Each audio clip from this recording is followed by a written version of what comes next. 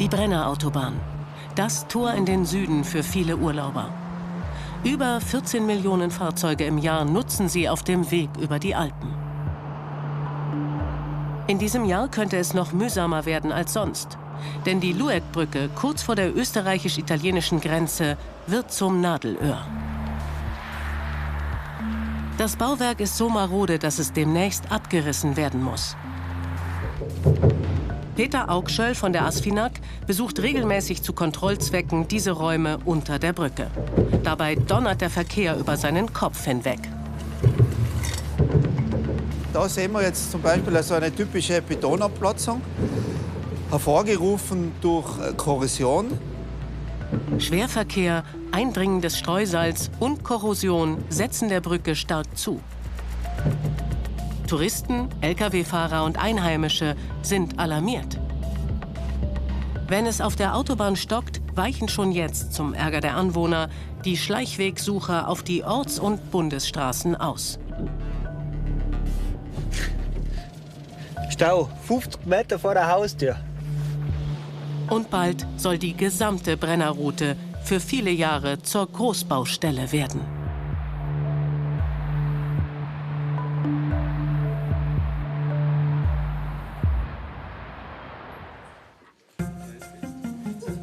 Montagmorgen bei der Sanitärfirma Erhard in Steinach am Brenner.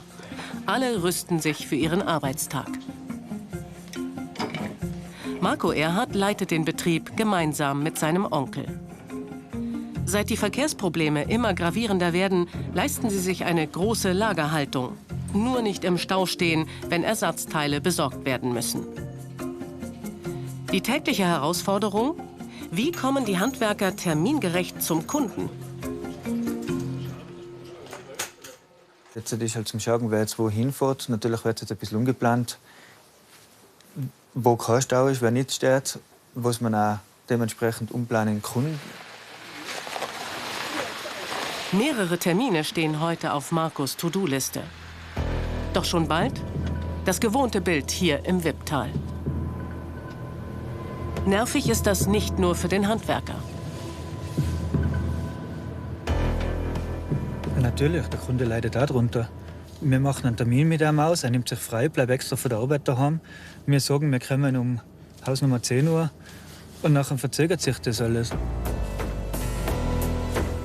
Meine Monteure stehen auf der Baustelle, warten aufs Material. Ja, also es ist einfach alles zusammen ein Rattenschwanz.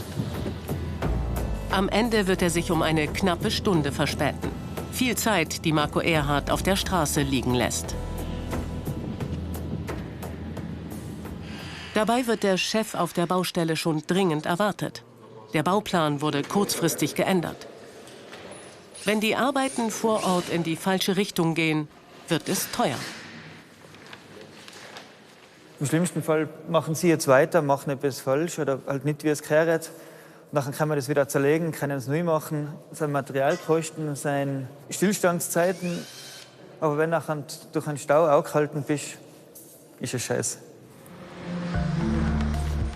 Der Brenner ist der meistbefahrene Alpenpass Europas. Als klar wurde, dass die 1968 fertiggestellte Luegbrücke über Jahre hinweg nur noch einspurig befahren werden kann, war die Aufregung groß.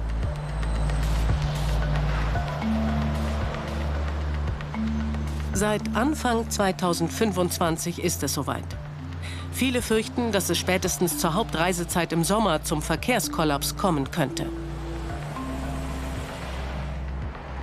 Ja, gut. Peter Augschöll ist Ingenieur beim österreichischen Autobahnbetreiber ASFINAG.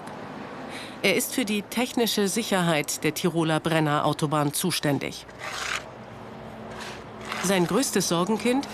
Die 1,8 Kilometer lange Luegbrücke, die längste auf der A13. Also die Brücke sollte eigentlich schon außer Betrieb sein. Aus verschiedensten Gründen haben wir das jetzt noch keine Ersatzlösung sozusagen. Deswegen müssen wir sie noch weiter in Betrieb halten. Und das machen wir halt mit enormem Zusatzaufwand. Ein juristisches Tauziehen mit der Anrainergemeinde Gries hat die längst fällige Sanierung der Brücke jahrelang verzögert. Im November werden noch einmal schadhafte Stellen am Fahrbahnbelag erneuert. ich sage mal maximal 100 Meter, kann man ruhiger rechts herausfahren, aber dann müssen wir wieder schauen, dass wir Die Ausbesserungsarbeiten sollen helfen, sicher über den Winter zu kommen. Weshalb die Brücke einspurig werden soll? Der Grund dafür ist eigentlich, dass wir die Belastung der Brücke reduzieren müssen. Das ist eigentlich das Einzige, was wir noch machen können bei dieser Brücke. Wir können nur mal die Einwirkung reduzieren und deshalb diese Einspurigkeit. Es geht um weit mehr als nur eine sanierungsbedürftige Asphaltdecke. Peter Augschölds nächste Station heute liegt nur wenige 100 Meter weiter am Südende der Lueckbrücke. Hier begibt er sich in den Bauch des gealterten Tragwerks.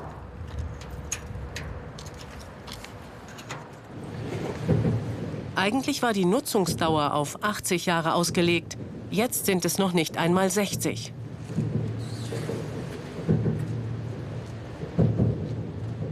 In immer kürzeren Intervallen führt der Ingenieur solche Inspektionen durch, um den aktuellen technischen Zustand der Brücke zu überprüfen.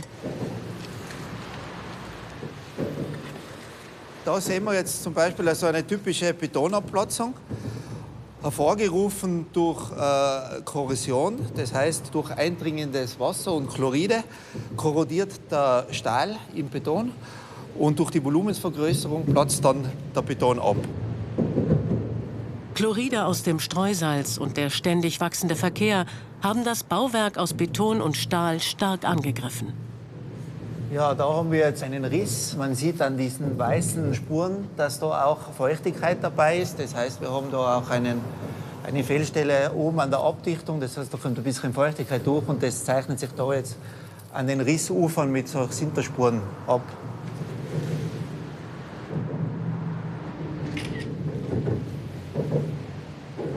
Gerade solche Korrosionserscheinungen, das dauert relativ lange, bis die zutage treten sozusagen, aber dann kann es eben sehr schnell gehen. Wenn einmal das Wasser drinnen ist und die Chloride drinnen sind, dann nehmen diese Schadstellen sehr schnell zu.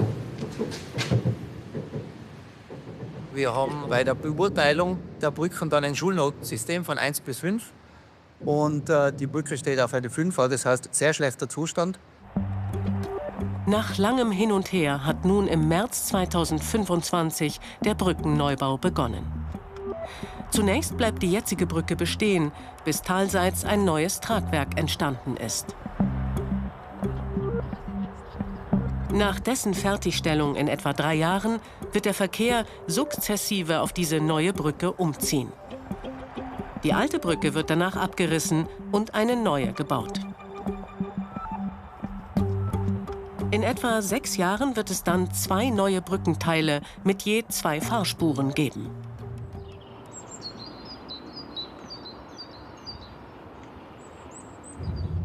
Dass es überhaupt so lange gedauert hat, liegt auch an der Anrainergemeinde Gries am Brenner. Allen voran Bürgermeister Karl Mühlsteiger. Er ist an der Brücke aufgewachsen und möchte sie loswerden. Seit vielen Jahren kämpft er erbittert gegen einen Neubau. Er hat die Nase voll von Gestank und Lärm und setzt sich mit allen ihm zur Verfügung stehenden Rechtsmitteln für eine andere Lösung ein. Also unser Plan und unser großer Wunsch wäre natürlich die Tunnellösung in diesem Bereich, weil wir würden Lebensraum zurückgewinnen können für die Bevölkerung. Wir würden auch visuell 1,8 Kilometer dieser Autobahn in das Erdreich verlegen, was nur von Vorteil für die heimische Bevölkerung wäre. Er möchte, dass der Verkehr im Sattelberg hinter der jetzigen Brücke verschwindet. Doch ein unabhängiges Gutachten kam zum Schluss, dass Sicherheitsgründe, hohe Stauanfälligkeit und eine lange Planungszeit gegen die Tunnellösung sprächen. Karl Mühlsteiger will das nicht akzeptieren. Viele stört auch, dass die neue Brücke eine Doppelbrücke ist, dass sie nochmals um über 11 Meter breiter wird wie die Bestandsbrücke, die wir im Hintergrund sehen. Und das stört uns immens, weil damit müssen wir rechnen, dass noch mehr Verkehr über die A13, über die Brennerautobahn rollen wird in Zukunft, weil momentan wird ja diese überbreite Bannenstreifen so deklariert, wo wir insgeheim befürchten, dass dies die 3. Fahrspur wird in beiden Richtungen. Was man bei der ASFINAG dazu sagt? Ja, das ist richtig, die Brücke wird breiter.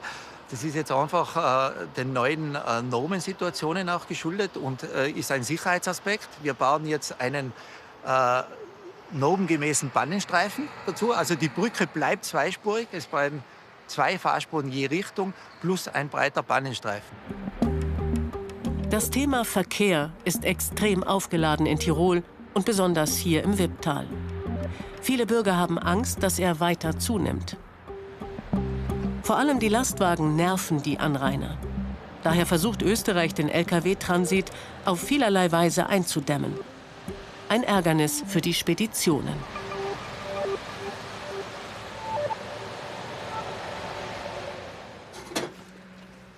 Markus Tauschek von der Spedition Huber in Albaching muss heute nach Italien.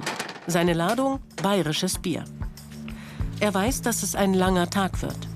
Das liegt am deutsch-österreichischen Grenzübergang Kiefersfelden-Kufstein.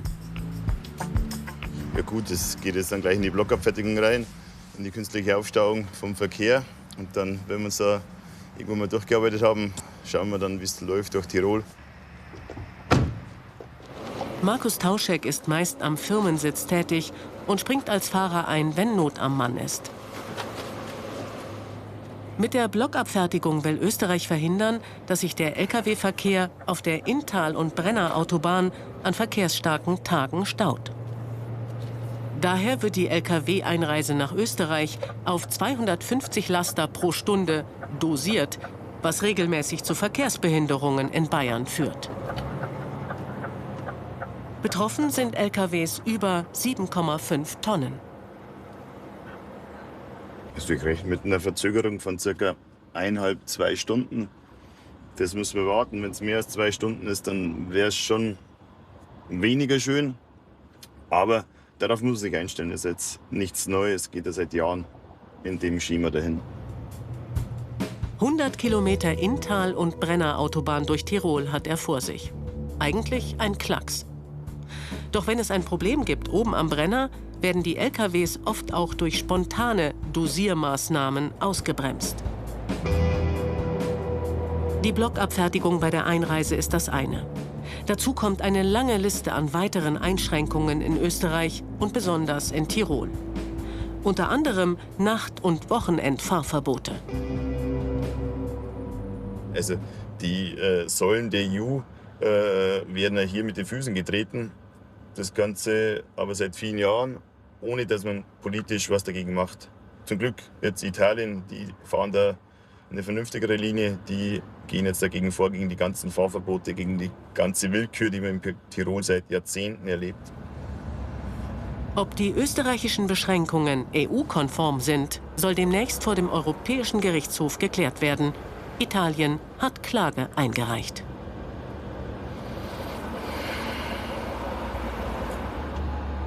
Knapp 2 Stunden später bewegt sich etwas. Sieht gerade so aus, wie wenn sie komplett aufgemacht hätten, oder? Endlich kann er die künstliche Engstelle passieren.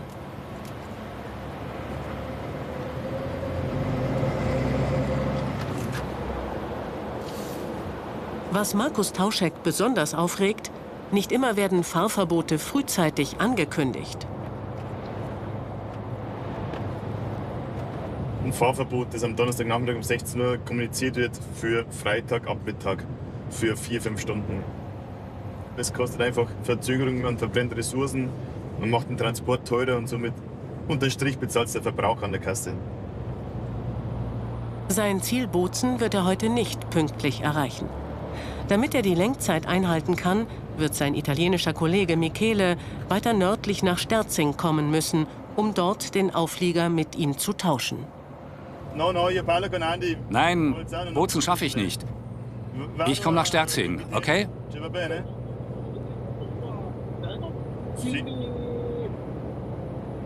Fahrbahnverengungen und immer mehr Baustellen machen ihm Sorgen. Immerhin, jetzt läuft's. Kein Mensch weit und breit an der Ausfahrt Sterzing. Und das Stafettensystem funktioniert. Der italienische Mitarbeiter Michele aus Trento kommt fast gleichzeitig mit Markus Tauschek an.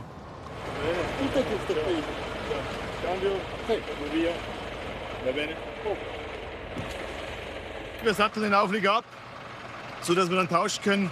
zuerst der Kollege meinen Auflieger übernehmen kann, der für Italien bestimmt ist, und ich übernehme seinen, der für Deutschland bestimmt ist. In Windeseile ist der Tausch perfekt. Lastwagenballett mit tonnenschweren Aufliegern. Mit einer Ladung Getränke aus Italien kann Markus die Rückfahrt nach Bayern antreten. Ciao, Michele, buon viaggio. Ci vediamo, ciao, ciao. Ob er die Lenkzeit einhalten kann bis zurück nach Hause? Gerade noch, wenn nichts mehr dazwischen kommt, dass entsprechender Verkehrsfluss unterbrochen wird, dann passt's. Die Nacht wird er wohl nicht im LKW verbringen müssen.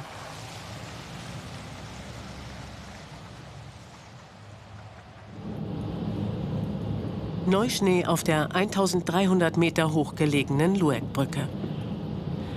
Die Einschränkungen seit Anfang Januar haben in den ersten Betriebswochen immer wieder zu Staus und Engpässen geführt. Die größten Behinderungen werden aber wohl erst im Sommer zu erwarten sein. Marco Erhardt graust davor, denn Stau auf der Autobahn bedeutet regelmäßig auch Probleme auf den Bundes- und Nebenstraßen.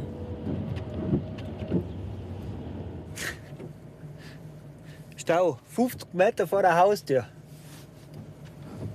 Na, soll zurückbleiben. Das Navi schlägt als erstes jetzt die Autobahnauffahrt Nöslach vor. Jetzt fahren da alle Richtung Nöslach rein. Das ist genau die Kreuzung, was bei uns vor dem Haus ist. Und seht ihr, jetzt stehen wir 50 Meter vor unser Haus einfahrt. Im Stau. Immerhin, die Polizei reagiert und schickt die Durchreisenden zurück auf die Autobahn. An manchen Autobahnabfahrten wurden inzwischen sogar Abfahrsperren errichtet. Die Anrainer sollen geschützt werden. Wir wollen 50 Meter da fahren.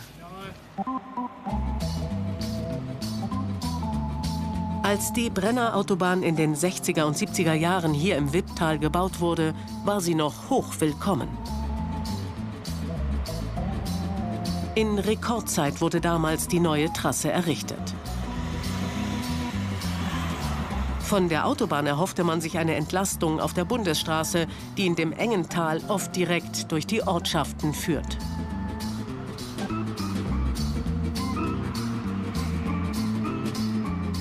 Die Reisenden kurbelten den Tourismus an. Alle wollten in den Süden.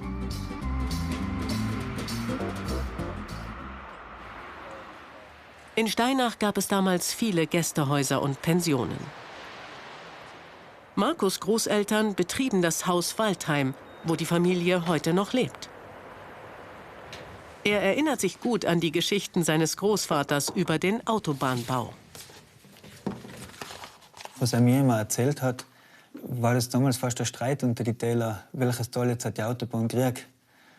Eben dadurch, dass der Opa ja die Pension gehabt hat und damals erhofft hat, dass durch das mehr Gäste kommen, war da schon irgendwo im Hintergrund, dass man ein Stück vom Kuchen abhaben kann, sagen wir es so. Jahrelang brachte die Autobahn Touristen und damit Wohlstand. Doch es gab auch immer mehr Durchreisende. Und mit der Globalisierung nahm der Schwerverkehr zu. Irgendwann wurde es einfach zu viel. Wir sind auch nicht die Einzigen. Wenn man Reute, Füssen, Mittenwald hernimmt, die sind alle gleich betroffen wie wir. Ich glaube, dass wir nur die Speerspitze im Moment sein oder die, was am lautesten schreien. Marco ist durchaus bewusst, dass den Stau nicht immer nur die anderen produzieren. Ja, natürlich. Wir sind auch angewiesen auf die Autobahn. Angefangen vom Betrieb über privat. Ich bin begeisterter Kletterer und Bergsteiger. Wir fahren genauso nach Südtirol und nutzen natürlich die Autobahn genau gleich. Ist ja klar, wenn sie da ist. Klettertraining macht er auch im heimischen Garten. Und das nicht nur zum Spaß. Marco Erhardt ist bei der Steinacher Bergrettung aktiv. Auch die Rettungsmannschaft leidet immer wieder unter den Staus. Wer in Innsbruck arbeitet, schafft es oft nicht rechtzeitig zum Einsatz. Und beim Abtransport von Verletzten gab es auch schon Probleme. Also wir haben jetzt schon einmal den Fall gehabt, dass ein Verletzter nicht richtig abtransportiert werden hat können. Also wir haben ihn bis zur befestigten Straße gebracht und nachher ist das Rettungsauto im Stau gestanden. Und wir haben mit einem Schmerzpatienten, wir haben den über eine halbe Stunde betreuen müssen und der war aber halt unter Schmerzen. Ja. Und wir haben den nicht ins Auto gebracht. Es ist keiner gekommen, der was den nachholt. Wer hier zum Arzt muss, prüft am besten zuerst einmal den Staukalender. Viele Anwohner sind verunsichert. Andrea Leiter ist Gemeindevorständin in Gries am Brenner. Sie weiß, was passieren kann, wenn es bei Staus zu einer Notsituation kommt. Es ist schon passiert, da hat es einen Notfall gegeben mit einem LKW-Fahrer und da ist der Notarzt nicht zugekommen, es ist die Rettung nicht zugekommen. Es war keine Möglichkeit, zu dem Patienten zuzukommen. Schlussendlich hat man von Reute einen Hubschrauber anfordern, bis man die Person endlich hat können in ein Krankenhaus bringen und es ist nicht gut ausgegangen für die Person. Wann immer ein paar Grieser Bürger zusammenkommen, geht es schnell um das Thema Luegbrücke. Auch Gemeinderat Hans Kammerlander hat sich ausgiebig mit der Situation dort beschäftigt. Sein niederschmetterndes Fazit: Der Prüfbericht der Brücke schaut einfach katastrophal aus. Also laut letzter Aussage müssen wir wirklich Tag für Tag damit rechnen, dass es zur Totalsperre kommt, weil einfach die Statik der Brücke dermaßen schlecht ist. Und ich habe mir die Fotos angeschaut, also da sind endlose Haarrisse drin. Die ganzen technischen Spannvorrichtungen sind dermaßen korrodiert, dass man die Schrauben gar nicht mehr als Schrauben erkennt. Nein, ich fahre sowieso nicht mehr drüber. Also es gibt auch viele Einheimische, die sagen, sie fahren nicht mehr über die Brücke. Die Luegbrücke war von Anfang an ein herausforderndes Bauwerk für die Ingenieure, denn sie steht auf schwierigem Untergrund. Durch Bewegungen in der Berglandschaft wandern die Brückenpfeiler unmerklich, aber kontinuierlich weiter. Peter Augschöll von der ASFINAG sieht auch hier regelmäßig nach dem Rechten. Immer wieder müssen die Pfeiler neu ausgerichtet werden. Also hier kontrolliere ich die Lager der Pfeiler. Hier können wir auch ganz gut sehen, wie sich eben dieser Hang, der in Bewegung ist, auf die Brücke auswirkt und wie wir diese Brücke immer wieder zurückstellen. Das heißt, den Hangbewegungen entgegenwirken. Das sieht man eben hier gut an diesen Ringen. Ursprünglich, also am Beginn, war das Lager da vorne und mittlerweile sind wir ca. 20 cm in diesem Bereich weiterhin, weil sich eben der Hang unter der Brücke ca. 20 cm bewegt. Wandernde Brückenpfeiler, Korrosion und extreme Beanspruchung durch immer mehr Verkehr. Im Vergleich zu 1968 gibt es heute 7-mal so viele Fahrzeuge auf der Brennertrasse wie damals. Für die Luegbrücke ist das fatal. Laut Peter Augschöll ist sie der Intensivpatient unter den Brenner-Tragwerken. Inzwischen braucht sie an mehreren Stellen ein Sicherheitsfangnetz aus tonnenschweren Stahlträgern. Eine Brücke unter der Brücke. Peter Augschöll ist regelmäßig hier. Schon vor 3 Jahren hat man diese Unterfangungen installiert. Die Stahlträger wurden an 4 neuralgischen Stellen eingebaut. Im Ernstfall würden sie die gesamte Last der Brücke aufnehmen. So soll bis zur Fertigstellung des Neubaus die Sicherheit gewährleistet werden. Auf dieses Fachwerk setzt sich die Brücke dann ab. Also die wird aufgefangen von diesen Konstruktionen im Versagensfall. Das heißt, die geht dann diese 2,5 cm, die jetzt hier Luft sind, dann runter und wird von dieser Konstruktion dann aufgefangen. So würde man einen Sturz in die Tiefe verhindern.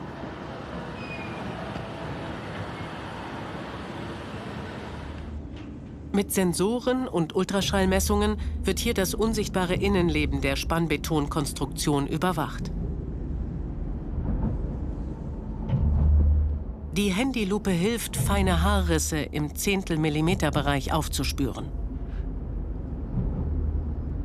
Seit es die Unterfangungen gibt, kann der Ingenieur wieder ruhiger schlafen. Das gibt natürlich eine gewisse Sicherheit und es beruhigt ein bisschen, das muss man schon sagen. Also ohne diesem Sicherheitsnetz wäre wahrscheinlich kein Verkehr mehr jetzt auf der Brücke. Die Sanierung der Luegbrücke duldet also keinen Aufschub. Doch die geplante mehrjährige Einspurigkeit, die das mit sich bringt, sorgt für Unmut. Auch bei den italienischen Nachbarn.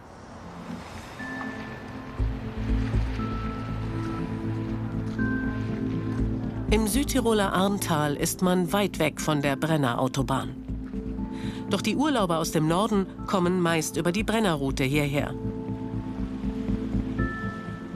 Im Februar herrscht reger Betrieb in den Hotels und Pensionen.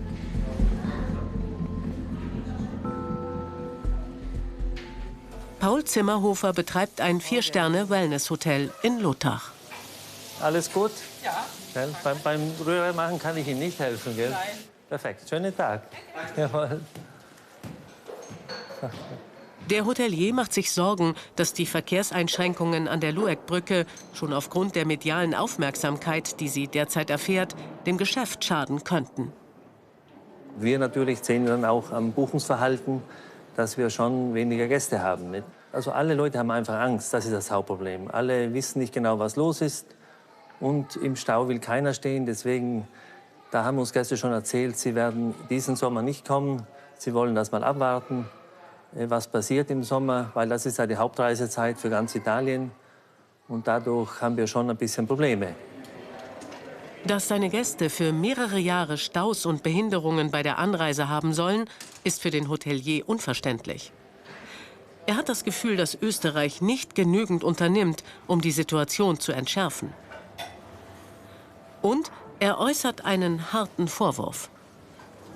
In unseren Augen ist es so, dass Österreich hier eine Wirtschaftswaffe gebraucht, weil zum Beispiel sind die Luegbrücke jetzt betroffen und gleichzeitig der Reschenpass, was ja ganz unverständlich ist, dass beide Hauptverbindungen nach Südtirol, Italien auf einmal gebaut werden. Das ist für uns sehr unverständlich und ist schon, der Gedanke ist nahe, dass Tirol die Gäste bei sich behalten möchte und dass sie nicht nach Südtirol weiterreisen. Paul Zimmerhofer fordert eine schnelle Lösung des Problems, möglichst noch vor der Sommersaison.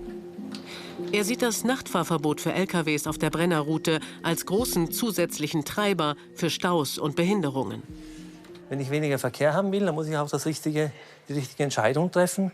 Und wenn ich tagsüber weniger LKWs auf der Straße haben will, dann muss ich sie nachts fahren lassen. Also wir hoffen schon, dass da Österreich das ändern wird. Es gab ja auch die Klage von Salvini, von italienischer Seite, dass das Nachtfahrverbot nicht ganz rechtens ist, dass man einfach keine Straße über die Nacht sperren darf. Eine Hauptverbindungsstraße, was Länder verbindet. Das ist einfach nicht fair. Was diejenigen dazu sagen, die an der Luegbrücke leben? Der streitbare Bürgermeister von Gries am Brenner hält nichts von dem Vorschlag. Wir würden noch mehr Verkehr anziehen, wir würden noch mehr Verkehr produzieren. Und das wäre für uns ein Riesenrückschritt, weil dann haben wir nicht nur 14 Millionen Bewegungen, sondern 16 oder 17 Millionen Bewegungen. Und irgendwo muss man sagen, wo sind die Grenzen, wo sind die Schmerzgrenzen? Ich gehe davon aus, wie viele Wipptalerinnen und Wipptaler, die haben wir schon bei weitem überschritten, die Grenzen. Nachts gäbe es durchaus noch Kapazitäten. Aber für die Tiroler Politiker steht die Gesundheit ihrer Bürger an erster Stelle. Wie beurteilen Forschende diesen Konflikt? An der Technischen Hochschule Ingolstadt beschäftigt sich Harry Wagner mit Fragen zur Brennertrasse. Ich wäre für eine Abschaffung des Nachtfahrverbotes für den Güterverkehr.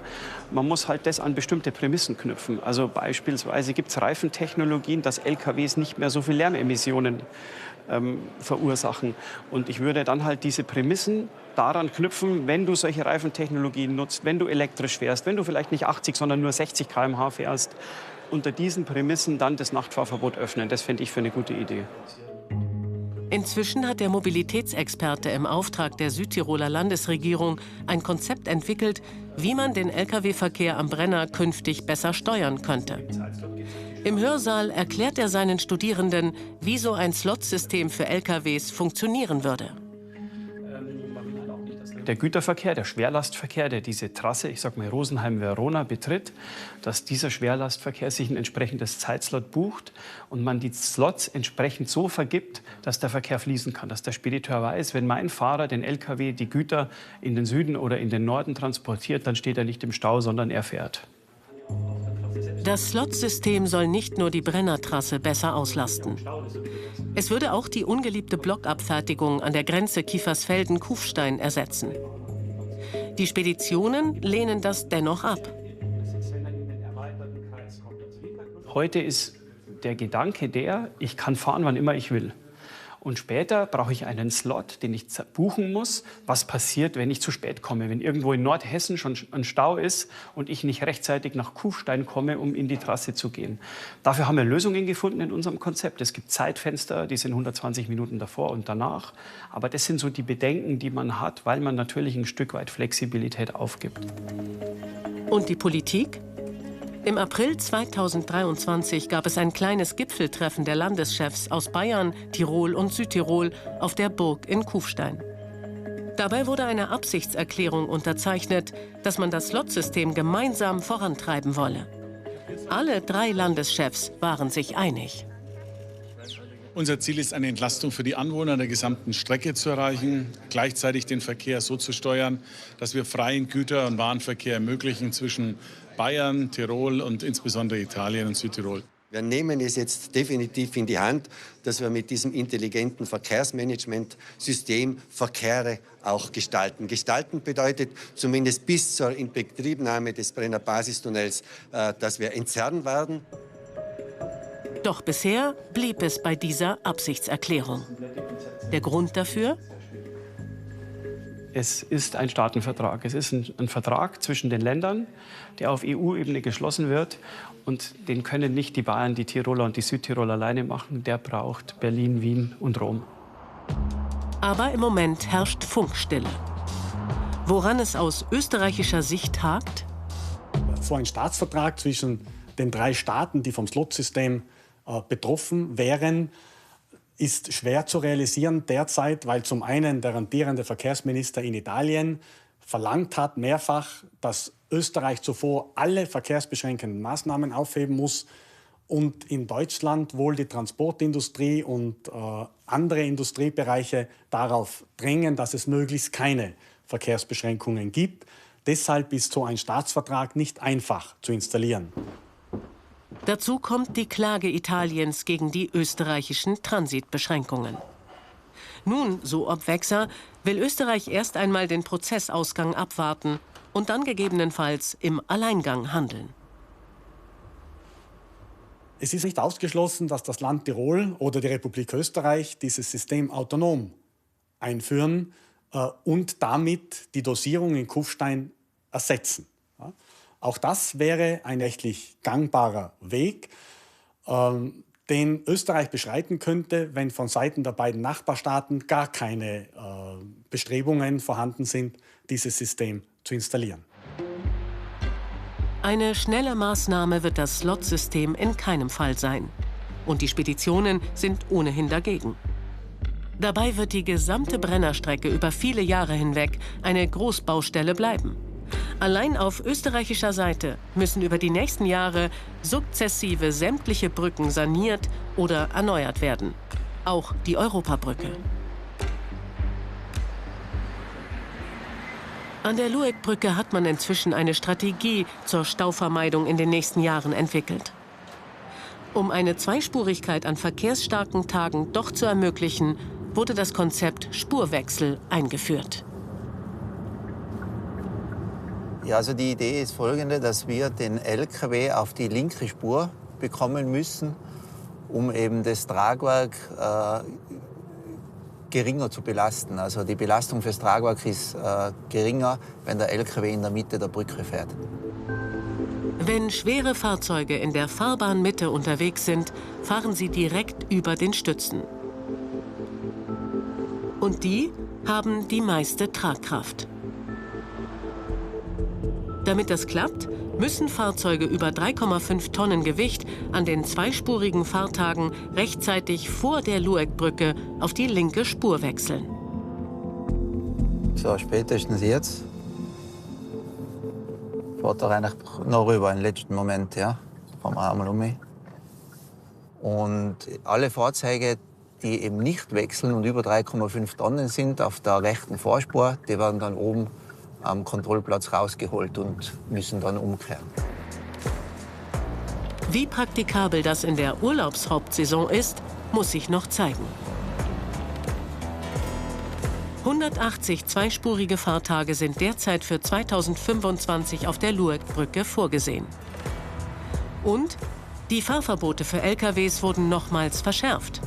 An den meisten Samstagen bis Ende September dürfen sie nur von 5 bis 7 Uhr morgens fahren. So hat man es erst einmal geschafft, zumindest an den Wochenenden regelmäßige Megastaus abzuwenden. Markus Tauschek spricht von rund 40 Fahrverbotstagen für LKWs in Tirol pro Jahr während der Sanierung der Lueckbrücke. Seine bisherigen Erfahrungen mit der Situation dort? Was sich verändert hat, ist die Planbarkeit, die noch schlechter geworden ist. Wir können die Lenkzeiten, die Ankunftszeiten an den Entladestellen noch schlechter planen. Die Transportzeiten verlängern sich. Ja, wir verbringen viel Zeit im Stau. Es ist sehr wechselhaft, wie viel Stau das ist, aber es dauert einfach länger und kostet mehr Geld. Er und sein Truck fahren nun öfter mal mit der Bahn. Genauer gesagt mit der rollenden Landstraße, kurz Rola. Mindestens 14 Mal pro Tag gibt es eine Verbindung von Wörgl hinauf zum Brennerpass und zurück.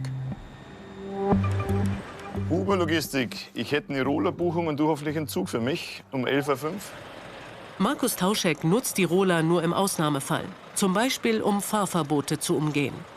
Für die rund 90 Kilometer von Wörgl nach Brennersee muss er aber die doppelte Zeit einkalkulieren wie auf der Straße. Ja, geht schon. Zum Gamechanger für die überlastete Autobahn wird die Rola nicht werden. Viel zu gering ist ihre Kapazität von 18 LKWs pro Fahrt. Servus. Entschuldigung. Markus Tauschek, genau. Markus. Kabine 7, bitte, Perfekt. oder bei mir im Restaurant. Perfekt, das ist danke. Die Rola kann helfen, Lenkzeit einzusparen. Zumindest, wenn sie fährt. Doch Markus hat Pech. Die Abfahrt verzögert sich. Dabei muss er heute noch bis nach Rom, um am nächsten Tag pünktlich die Fähre nach Sizilien zu erreichen.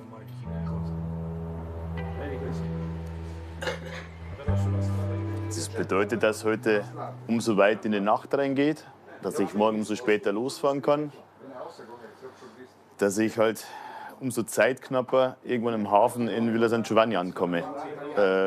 Es wird halt einfach knapp. Und der Entladetermin, der steht da, der wird jetzt nicht verändert. Also die Begründung, dass die Roller eine halbe Stunde zu spät losfährt oder wann wir auch immer loskommen, das interessiert unseren Auftraggeber nicht, auch zu Recht. Nach einer guten halben Stunde geht es dann doch los. Aber Markus Tauschek kann die Szenerie unterwegs nicht wirklich genießen. Zu groß ist der Zeitdruck im Nacken. Viele Lastwagenfahrer, so sagt er, würden lieber unabhängig im eigenen Truck fahren.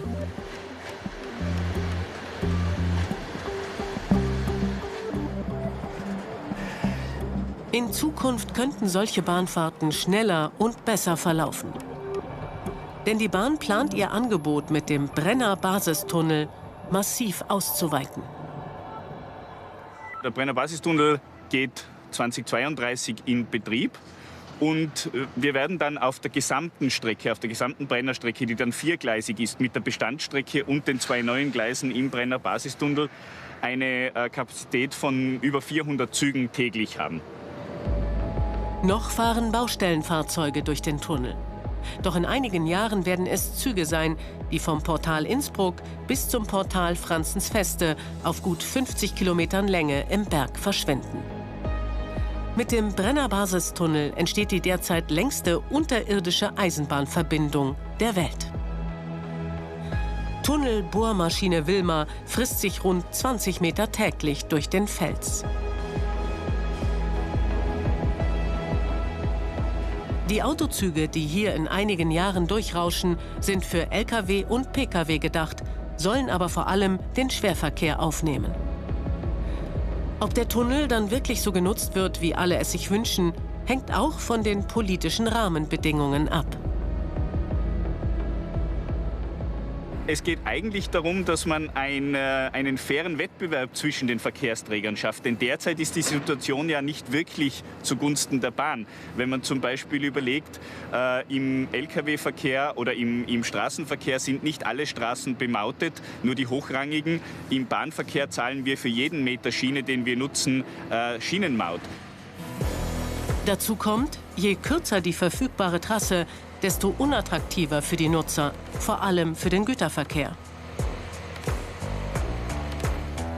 Natürlich, wir sind auch sehr dafür, dass wir grundsätzlich längere Distanzen auf der Bahn zurücklegen möchten. Hier fehlen insbesondere auch in Trento noch Ausbauten beim Rola-Terminal und es müssten auch auf der deutschen Seite natürlich noch Terminals dazukommen.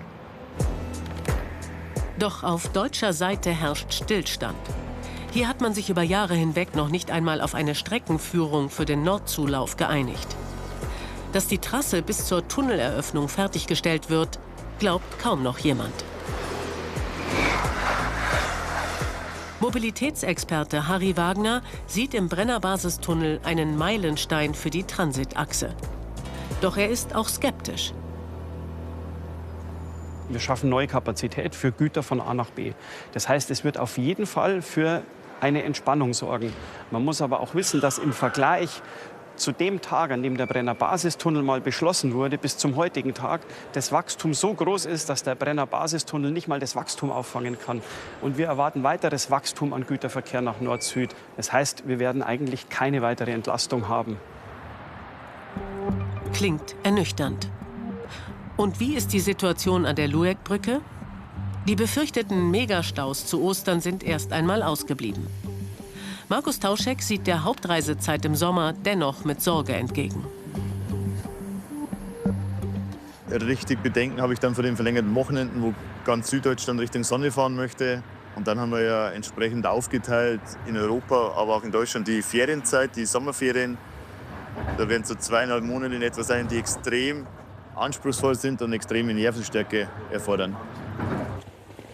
Und die Wipptaler? Marco Erhardt befürchtet ebenfalls nichts Gutes für den Sommer in puncto Verkehr. Auch wenn seine Perspektive eine andere ist als die von Markus Tauschek.